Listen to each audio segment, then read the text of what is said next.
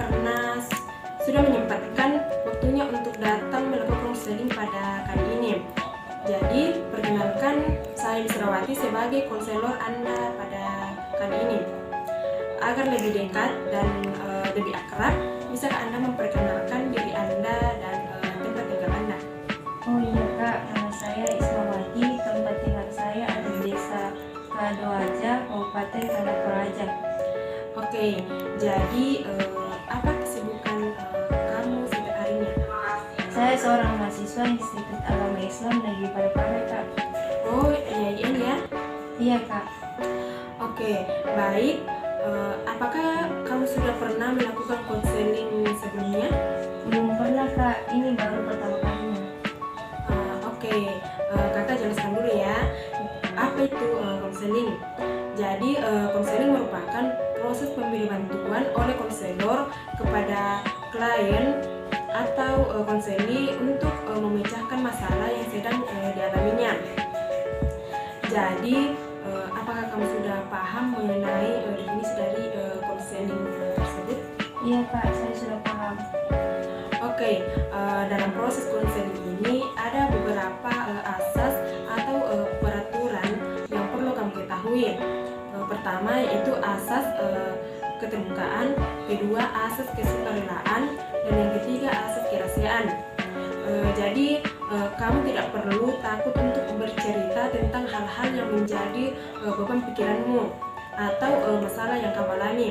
Kemudian kita melakukan proses konseling ini dalam waktu 15 menit ke depan agar proses konseling berjalan dengan efisien dan teratur. Oke? Iya Kak. Oke, jadi sebelumnya bagaimana kabar sekarang? Alhamdulillah baik Kak. Tapi kalau kuliah lihat muka Atta kayak tidak ceria ini hari, kayak ada sesuatu yang terjadi, kayak ada sesuatu yang ingin kita ceritakan. Begini Kak, saya ingin menceritakan masalah yang sedang saya alami. Baik, silahkan ceritakan bagaimana permasalahan Anda dan mari kita bahas bersama-sama. Begini Kak, saat ini saya sedang terbebani dengan tugas kuliah saya. Ditambah lagi saya juga mengikuti kuliah semester antara untuk memperbaiki nilai-nilai saya. Oh iya, terus? Ya terus saya pusing Kak, saya capek harus menjalani ini. Berapa banyak mata kuliah yang nilainya kamu perbaiki? Ada 10 mata kuliah Kak. Kalau boleh tahu bagaimana cara belajar kamu pada saat semester kemarin? Bisakah kamu ceritakan pada saya? Bisa Kak, sebelumnya memang saya akui, saya senang sekali untuk menunda-nunda pekerjaan, apalagi kuliah saya. Saya juga senang untuk membuang waktu dengan pergi bermain bersama teman-teman saya. Jadi intensitas belajar kamu di semester lalu menurun itu karena kamu menunda-nunda pekerjaan kamu dan kamu juga sering membuang waktu dengan bermain bersama teman-teman kamu. Iya Kak. Lalu pernahkah kamu berpikir bahwa karena sikap kamu yang seperti itu membuat nilai-nilai kamu turun dan kamu harus mengikuti semester antara? Iya Kak, saya rasa karena sikap saya yang suka menunda-nunda pekerjaan dan bermain itu mempengaruhi nilai-nilai saya Kak. Saya bisa merasakan perasaan kamu sekarang ini. Saya terus dihadapkan dengan perasaan penyesalan terhadap apa yang sudah saya lakukan dulu Kak. Perasaan bersalah itu terus menghantui saya dan saya juga sudah terlalu banyak merepotkan kedua orang tua saya. Saya sudah menghabiskan banyak uang, tenaga, dan waktu saya. Saya benar-benar menyesal Kak. Saya sudah membuat kecewa orang tua. Mungkin sebaiknya saya tidak melanjutkan pendidikan S1 saya. Oke, sekarang kamu ini sudah semester 6. Tahun demi tahun kamu lalui dari awal, mulai kamu mengikuti seleksi masuk kampus dan sampai akhirnya kamu menjadi mahasiswa yang sebentar lagi memang toga. Orang tuamu pasti begitu menghargai mengharapkan buah hatinya atau anaknya bisa lulus dengan gelar sarjana. Setiap manusia jelas pernah mengalami keadaan sulit dalam hidupnya, seperti kamu saat ini.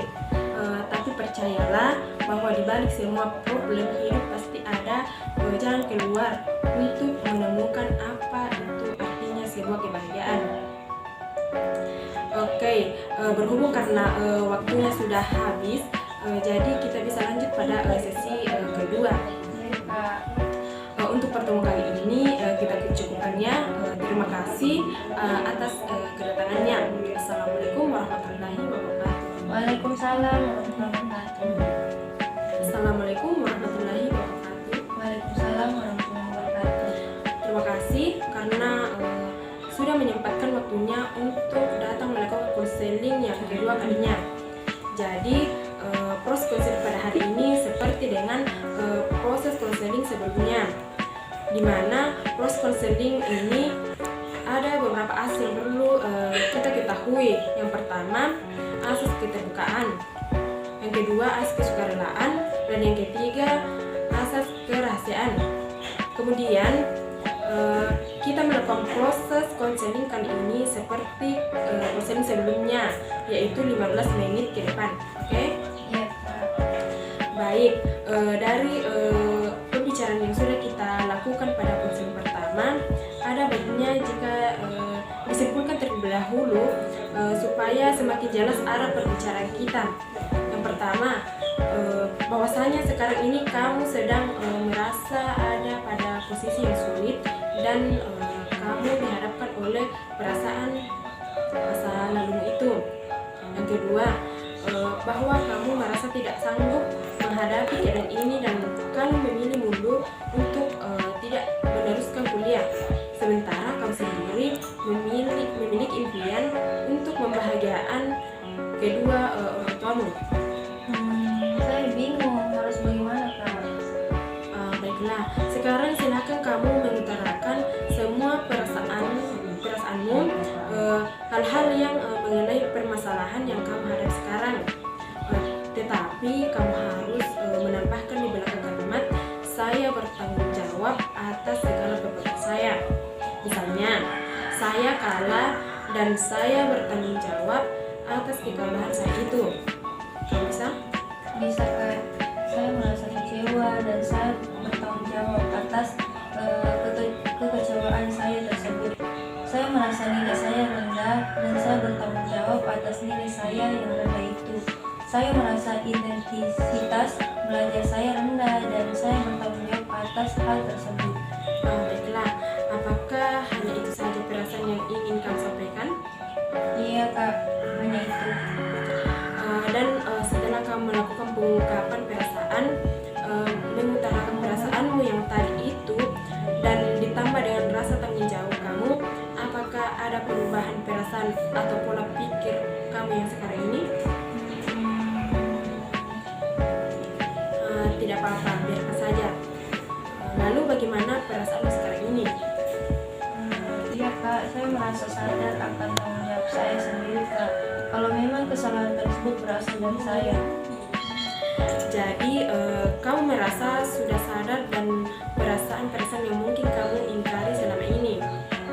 Iya, Kak, saya sudah sadar akan perasaan-perasaan yang saya ingkari selama ini. Jadi saya merasa bertanggung jawab atas segala yang saya perbuat.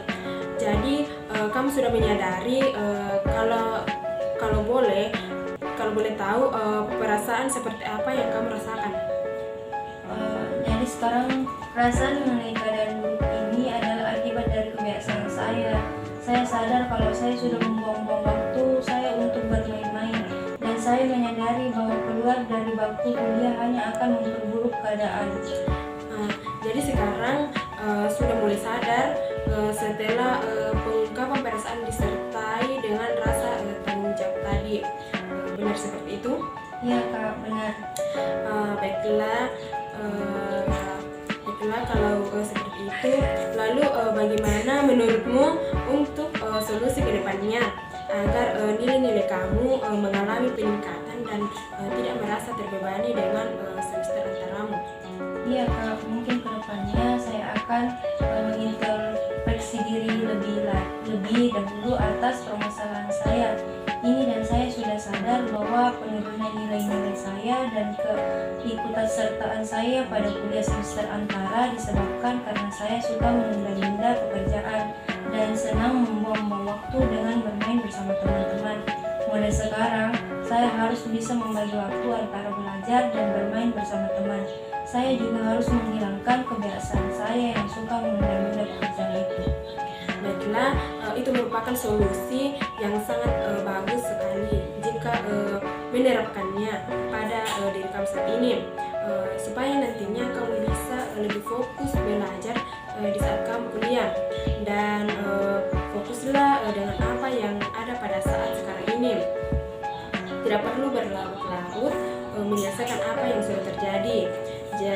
Jadikan itu sebagai pembelajaran dan jadikan harapanmu sebagai penyemangat kamu untuk terus menjadi pribadi yang lebih baik. Iya kak, saya akan sungguh-sungguh berusaha. Baiklah, semoga apa yang dicita-citakan olehmu bisa kamu capai dan kamu bisa membahagiakan kedua orang kamu. Setelah konseling ini, kamu juga masih bisa berkonsultasi kepada saya, karena saya akan selalu memberikan waktu saya untuk klien saya yang ingin berkonsultasi. Mungkin hanya itu saja. Apa ada masalah lain yang ingin kamu ceritakan pada saya? Tidak kak, mungkin itu saja. Baiklah, kalau seperti itu konseling ini saya akhiri.